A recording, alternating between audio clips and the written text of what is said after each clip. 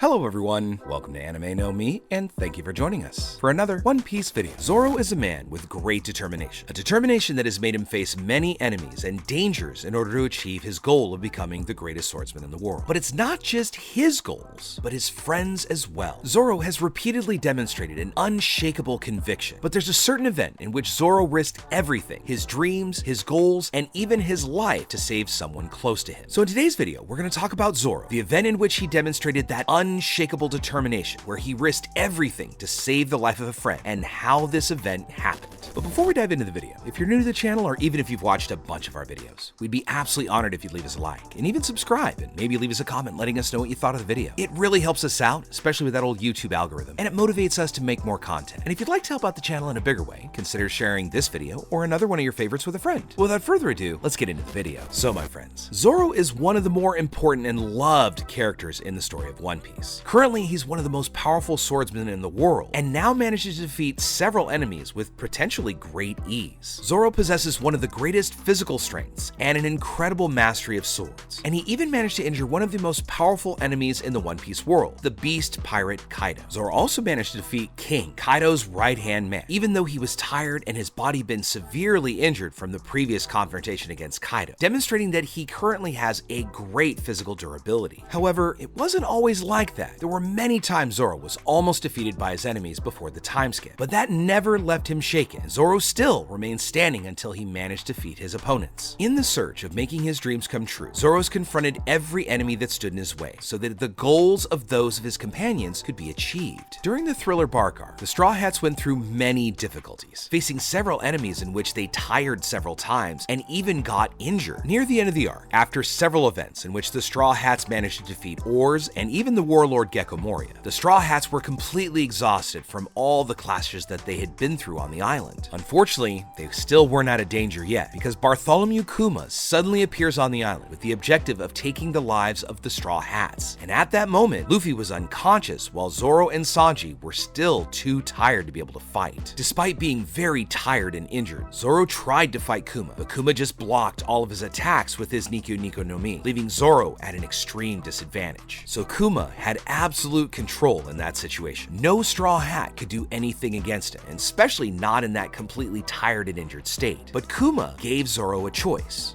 in which he would demonstrate how faithful he was to his captain. Kuma tells Zoro to give up on Luffy, because if he allowed Kuma to take his life, Kuma would allow the rest of the Straw Hats to leave the islands without any problems. Zoro, the crew, and even the Thriller Bark Victims Association, all in one voice refused, demonstrating that they would protect Luffy to the end, even if it cost the lives of everyone present on Thriller Bark. So Kuma calmly detonated the island with an Ursa shot, knocking everyone out. This was a demonstration of just a small part of his immense power, but in doing so, a few managed to retain their consciousness, while the rest simply passed out and were unable to do anything against Kuma. However, when Kuma was about to attack Luffy, Zoro rose as one of the only people not knocked unconscious, and even launched a successful attack against Kuma, managing to injure the great Shichibukai's body and revealing his cyborg underparts. Kuma then stated that he was a cyborg, but not like Frankie, and furthermore explained that he was an incomplete human weapon created by the world government and Dr. Vegapunk called the Pacifista. Zoro then asked that his life be taken in exchange for Luffy's, offering his life so that his captain could survive, demonstrating that Zoro was really willing to risk everything just so that Luffy could still continue with his goal of becoming king of the pirates, giving up even on his own dreams so that Luffy could still live, something which would have caused Zoro to break two of his promises. The first one, to become the greatest swordsman in the world, which Zoro made to his childhood friend, and the second promise that he made to Luffy to never lose again. If Kuma had taken Zoro's life at that moment, he would have broken those two promises he made in the past, which dishonored his legacy, becoming a swordsman who wouldn't even fulfill his greatest promises. But still,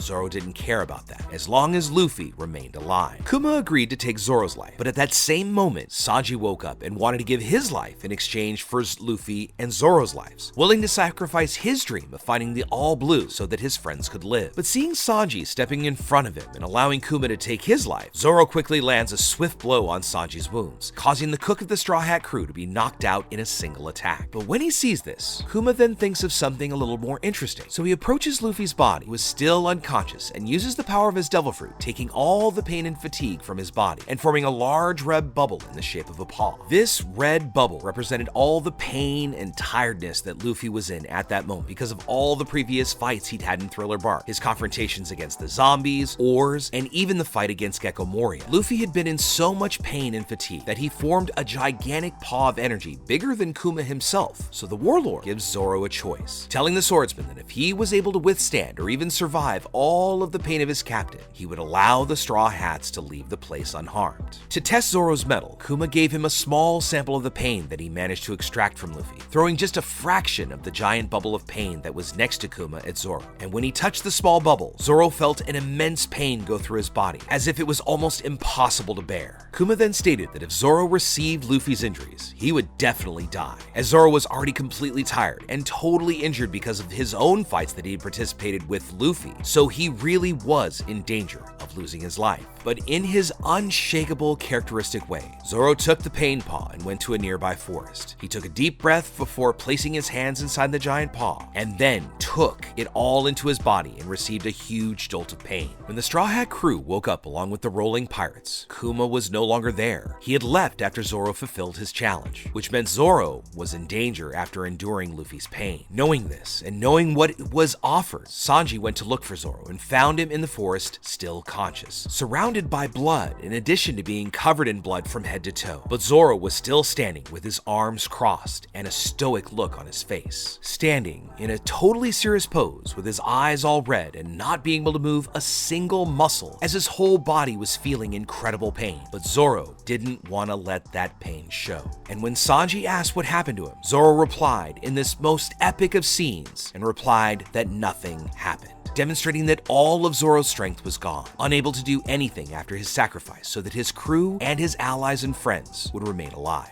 Afterwards, all the Straw Hats tended to Zoro's wounds because they couldn't leave the island due to their injuries, especially Zoro's, so they decided to sleep in Thriller Bark Mansion. Chopper even went as far as to say that Zoro's injuries could be fatal, so it would be necessary for him to rest until Zoro recovered and regained consciousness, because Zoro had passed out after taking the pain from Luffy. 2 days later, Zoro woke up, and after some events where the Straw Hats celebrated the victory against Moria and Brook's entry into the crew, in this way they left Thriller Bark in search of new adventures. So as we can see, Zoro's determination and iron will are great, and he's even able to risk his life and his dreams for his companions to continue their journey and make their dreams come true. Although this is really one of the ways that Zoro shows his love and affection for his crewmates, because he had already done similar feats to this, risking his life to save the life of a comrade, putting his dreams in jeopardy so that his friends could be safe. But this event in Thriller Bark was one of the most epic and standout moments in the entirety of the One Piece story, proving to us that although Zoro may come across as arrogant or even uncaring, that he deeply loves and cares about all of his friends. Zoro is always willing to give his life for his friends, and even demonstrates that he's willing to put his dreams aside in order to make his friends achieve their goals, being one of the Straw Hats who has risked his life the most for the sake of the crew. So that still leaves the possibility open that Zoro could sacrifice his life in the future so that his companions could stay alive, since he's proven himself several times to be able to do something just like that. Zoro truly lives up to his title as vice captain and right-hand man to the Straw Hat crew, being the one who defends the entire crew regardless of the situation, being worthy of the one who will lead alongside the future king of the pirates, Monkey D. Luffy. But with all that said, my friends, we'd now love to know what you think about it. Do you think there was a bigger reason why Zoro sacrificed himself in that moment? Was it pride, or was it really his ultimate way of showing love?